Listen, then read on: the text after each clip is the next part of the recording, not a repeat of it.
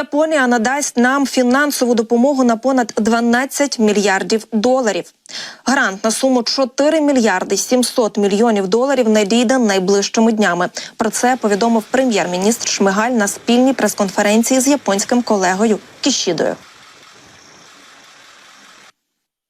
Японія надасть Україні допомоги на 12,1 мільярдів доларів, включно з оголошеним та реалізованим обсягом.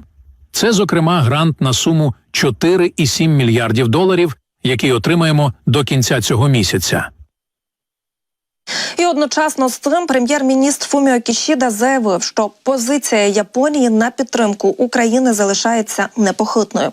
Також під час зустрічі із українським прем'єр-міністром він обговорив питання двосторонньої співпраці, а саме лібералізацію візового режиму, активізацію торгівлі та продовження санкційного тиску на Росію. Тим часом Швеція оголосила про свій найбільший пакет військової допомоги для України вартістю 683 мільйони доларів. Міністр оборони країни Поль Джонсон повідомив, що до пакету увійдуть, зокрема, катери, артилерійські боєприпаси, переносні зенітно-ракетні комплекси «Робот-70», гранатомети та медичні транспортні засоби. Пакет підтримки також включає 1 мільярд крон, який дозволить Україні замовити нові бойові машини піхоти. Крім того, до Києва сьогодні прибув колишній президент Швейцарії, кандидат на посаду генерального секретаря Ради Європи Ален Берсе. Повідомляється, що метою візиту є зосередження на ролі Ради Європи у підтримці України проти агресії Росії та забезпечення відповідальності і справедливості. Тож, сподіваюся, найближчим часом матимемо ще більше гарних новин. І про гарні новини від Канади вже. Україна від Канади отримає 800 безпілотників. Вони є частиною пакета допомоги на 500 мільйонів доларів, анонсованого торік. Планують передати ці дрони Skyranger R-70 до квітня 2024 року.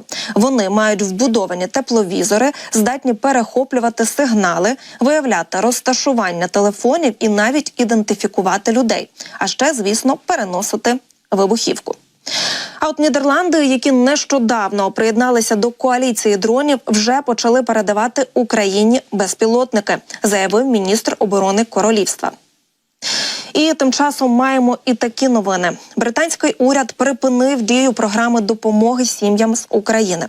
Нагадаю, це одна із двох схем, яка дозволяла українським біженцям легально перебувати на території королівства.